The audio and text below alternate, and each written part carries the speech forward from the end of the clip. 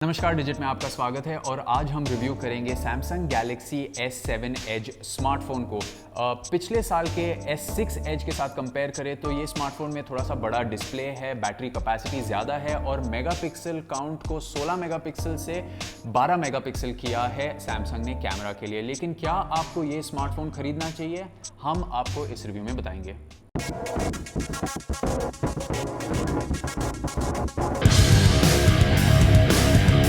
अगर हम Galaxy S7 के एज डिस्प्ले की बात करें तो उसमें कुछ खास फंक्शनैलिटी नहीं हो सकती है, लेकिन हाँ, उस एज डिस्प्ले की वजह से Galaxy S7 स्मार्टफोन काफ़ी सुंदर दिखता है।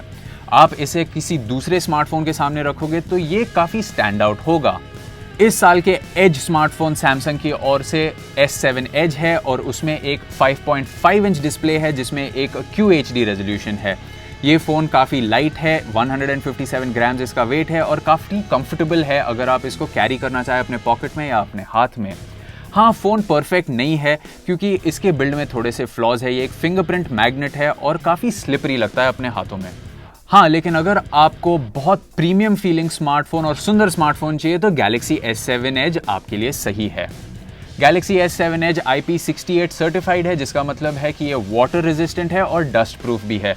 वाटर रेजिस्टेंस ये 1.5 मीटर या 30 मिनट्स सबमर्ज्ड पानी के नीचे रह सकता है। स्मार्टफोन का डिस्प्ले फ्लॉलेसली काम करता है जबकि ये डिस्प्ले वेट है और ये एक बहुत अच्छी बात है। सैमसंग का जो एमोलेड डिस्प्ले है उस पर कलर्स काफ़ी वार्म है और काफ़ी अच्छा दिखने वाला डिस्प्ले है ये। अगर हम एज डिस्प्ले की बात करें तो हाँ, सैमसंग ने एज डिस्प्ले के इंटरफेस को थोड़ा बड़ा बनाया है। इसमें कुछ प्रीलोडेड ऐप्स भी आते हैं, लेकिन जो कुछ अच्छे फंक्शनल ऐप्स हैं उनकी कीमत ऐप स्टोर पे लगभग 100 रुपये के आसपास है और हमें लगता है ये थोड़े से एक्सपेंसिव है एक एज डिस्प्ले एक्सपीरियंस के लिए। हाँ, अगर आप इस फ़ोन को नॉर्मल फ़ोन की तरह यूज़ करेंगे तो भी एज डिस्प्ले में आपको थोड़ी सी दिक्कतें आ सकती है।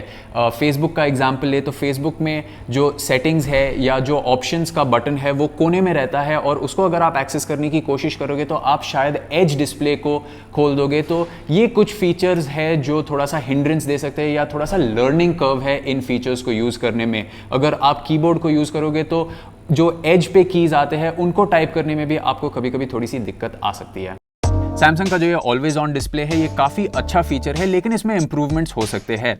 आपको क्लॉक और कैलेंडर ऐप इसमें दिख सकता है, लेकिन नोटिफिकेशंस के साथ आप इतना ज़्यादा इंटरेक्ट नहीं कर सकते हो। अगर हम ऑलवेज ऑन डिस्प्ले की बात करें तो हाँ, अगर आपको क्लॉक या कैलेंडर ऐप को ऑलवेज ऑन डिस्प्ले पे रखना है तो वो ठीक है, लेकिन अगर आपने कोई मोटरोला के फ़ोन यूज़ किए जिन पे ऑलवेज ऑन डिस्प्ले है तो आपको पता है उसमें नोटिफिकेशंस के साथ आप इंटरेक्ट भी कर सकते हो। उस तरह आप Galaxy S7 Edge पर नोटिफिकेशंस के साथ इंटरेक्ट नहीं कर सकते हो। ये थोड़ा सा एक डिसएडवांटेज है और हमें लगता है सैमसंग को एक अपडेट के ज़रिए इसे चेंज करना चाहिए। स्टोरेज की बात करें तो फ़ोन में बिल्ट इन 32 GB स्टोरेज है, माइक्रो SD कार्ड स्लॉट भी है, लेकिन सैमसंग ने एंड्रॉयड मार्शमैलो में जो अडॉप्टिव स्टोरेज है, जिसका मतलब है कि आपका जो माइक्रो SD कार्ड है वो एक इंटरनल स्टोरेज की तरह काम करेगा, वो डिसेबल किया हुआ है, जिसकी वजह से कुछ लोगों को काफ़ी दिक्कत हो सकती है क्योंकि 32 GB वर्जन में आपको लगभग 26 GB ऑफ स्टोरेज मिलता है और वो इतना काफ़ी नहीं है। अगर हम परफॉर्मेंस की बात करें तो इस स्मार्टफोन में पिछले साल की तरह एक्सिनोस वाला वर्जन ही इंडिया में लॉन्च किया गया है। स्नैपड्रैगन 820 वाला वर्जन इंडिया में फिलहाल अवेलेबल नहीं है। फ़ोन काफ़ी स्मूथ है। अगर आप कोई बेसिक टास्क्स करोगे जैसे कि ऐप्स में स्विच करना या फेसबुक के इंस्टेंट आर्टिकल्स खोलना तो ये फ़ोन फ्लॉलेस है। हाँ, पिछले साल का S6 Edge भी काफ़ी फ्लॉलेस था, लेकिन अगर आपको एक स्मूथ परफॉर्मिंग फ़ोन चाहिए तो आपको S7 Edge काफ़ी पसंद आएगा क्योंकि इसमें मार्शमैलो के साथ परफॉर्मेंस एनहांसमेंट्स भी आते हैं।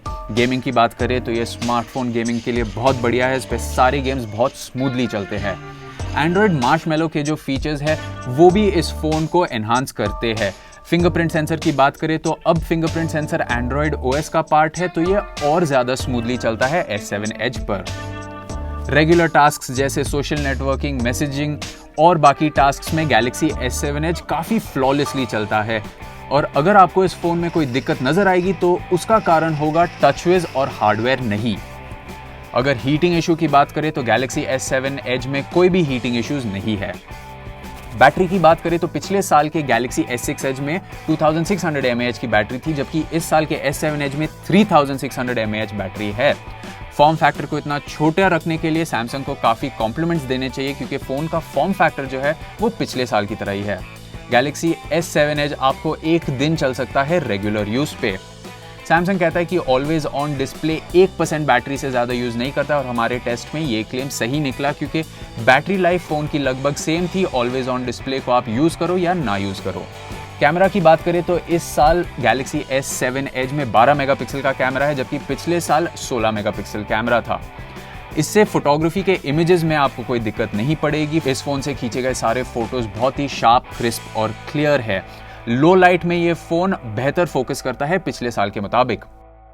तो कंक्लूजन में हम ये कहना चाहेंगे कि अगर आपको एक स्मार्टफोन खरीदना है जो कि एक प्रीमियम एंड्रॉयड स्मार्टफोन है, तो आप गैलेक्सी S7 Edge को डेफिनेटली कंसिडर कर सकते हो। इसकी बैटरी लाइफ अच्छी है, इसका परफॉर्मेंस बहुत ही बढ़िया है, इस फ़ोन में कोई हीटिंग इश्यूज़ नहीं है, और इस फ़ोन का कैमरा भी बहुत अच्छा है। हाँ, कुछ कॉन्स की बात करें तो इसके बिल्ड में ये अभी भी एक फिंगरप्रिंट मैग्नेट है, और सैमसंग का जो A5 स्मार्टफोन है वो इतना ज़्यादा फिंगरप्रिंट मैग्नेट नहीं है, तो हमें पता है कि अगले साल सैमसंग फिंगरप्रिंट्स के लिए कुछ ना कुछ ज़रूर करेगा। और इसका जो एज डिस्प्ले है, हाँ ऐप्स की कमी है। कभी कभी नॉर्मल यूज़र, अगर आप एक रेगुलर डिस्प्ले पे काम करते हो, तो जो एज पे कीज़ आते हैं कीबोर्ड के या कुछ फंक्शनल कीज़, आपको इनको यूज़ करने में या इनसे एडजस्ट करने में थोड़ी सी दिक्कत हो सकती है। लेकिन हाँ, अगर आपको एक फ्लैगशिप डिवाइस चाहिए जो फ्लॉलेसली चल सकता है, तो गैलेक्सी S7 Edge को आप ज़रूर कंसिडर कर सकते हो। अगर आपको इस फ़ोन के बारे में कुछ सवाल पूछने हैं हमसे, तो आप कमेंट सेक्शन में छोड़ सकते हो ये सवाल। हम इन सवालों के जवाब देने की पूरी कोशिश करेंगे। अगर आपको ये वीडियो पसंद आया तो आप लाइक बटन भी दबा सकते हो, और ऐसे वीडियोस के लिए आप डिजिट के YouTube चैनल को ज़रूर सब्सक्राइब कीजिए। हम आपको मिलेंगे एक दूसरे वीडियो में।